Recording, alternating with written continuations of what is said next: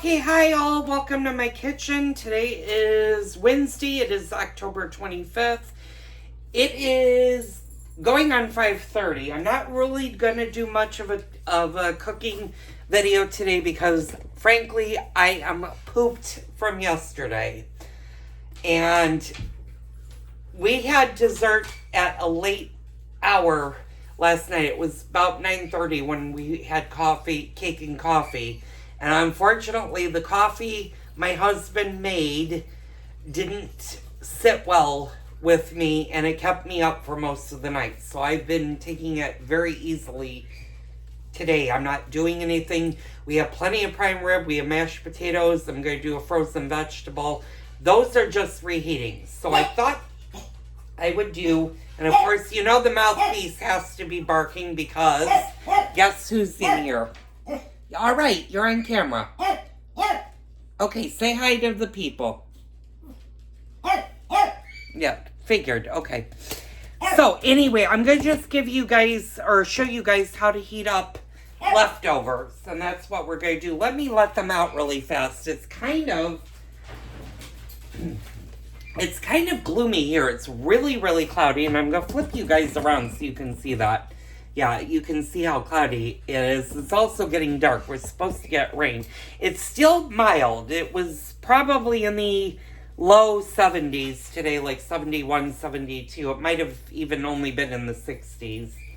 I'm not quite sure, but it is warm. I'm still wearing shorts. Now, we're supposed to have a dramatic drop in temperatures come next week where we only get in the 40s during the day and we drop into the 20s at night, which great sleeping weather, not so great for plants, which I will be addressing in a few seconds here. But before I lose track of my thought, when you have leftovers like prime rib, mashed potatoes, you might be wondering, how can I heat all of those for a meal and not do them one at a time and then have something get cold and you're microwaving it again, and by the time you microwave that, the other thing that you took out of the microwave is already cold, so you're going back and forth, going crazy, going, how do I heat these things? Well, if you have a toaster oven or even a main oven, you can actually heat your meat in your oven. Do it a little bit lower than what you cooked it at. Now, I cooked the prime rib roast at 350, so if I put it in a 325 degree oven for about 15 minutes, and you're going to want to cover it with aluminum foil because you really don't want to roast the meat. You just want heat. While that's heating in your oven, you can then go ahead and put your potatoes and vegetables in the microwave. Now, depending on how much or how big of a bowl, you might have to do those too. Now, if you have a toaster oven, you could put the potatoes in the toaster oven just to let them warm up, and do your vegetable in the microwave, and then when your vegetable is ready, just shove your potatoes back into the microwave for a few minutes and they'll heat up nicely. Now, your gravies, if you have leftover gravies, just heat them slowly in a saucepan on your stovetop on a lower heat than you would have done when you first made the gravies, and they will heat up beautifully. Same thing if you have made a cake or you've made a dessert.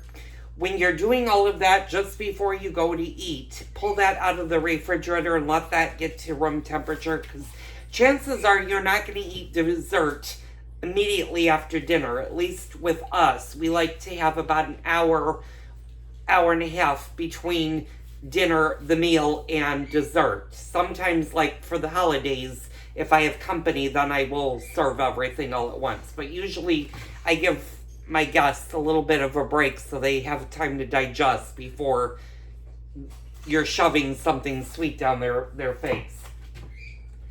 So, that pretty much is going to conclude today's Cooking with Joel video on this segment.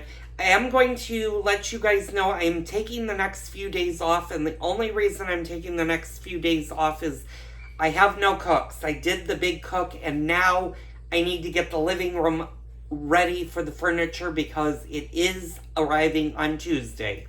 They have not called as of yet, knock on wood, to change that. So Tuesday, my furniture should be here. Which brings me to another thing. Upcoming cooks. I will be doing the Hungarian goulash probably next week after the 1st of the month. I'll be getting the ingredients for the Hungarian goulash. I will tell you the one thing you will need for this recipe is you will need the Instant Pot or a pressure cooker. You could use one or the other. But I will explain all of that when we actually do the recipe. I also will be doing the Swedish meatballs, and those will be done either at the very end of next week or the beginning of the following week. But those also will be done. Which brings me into another announcement, and I know we were talking about what to do and how to prepare for the holidays. I had mentioned I probably wouldn't be doing a turkey this year for Thanksgiving, and that came to fruition last night, actually, for anniversary. I'm not going to be cooking Thanksgiving this year. My youngest son actually is going to host my husband and I for Thanksgiving dinner. I am, however, going to be bringing the desserts. So fear not, I will show you guys how to do a dessert.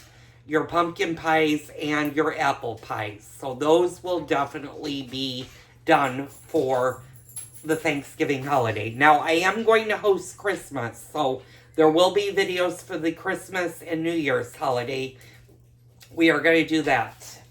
So, that's the agenda for the upcoming cooks. Don't forget, on Tuesdays and Thursdays, and probably starting the second week of November, I will be taking Tuesday, Wednesday, and Thursdays off, as I am going to start to teach computer classes where I volunteer at the food pantry for people that want to learn computers. So that's going to take up some of my time, but don't worry, we're still going to have great Cooking with Joel videos coming up.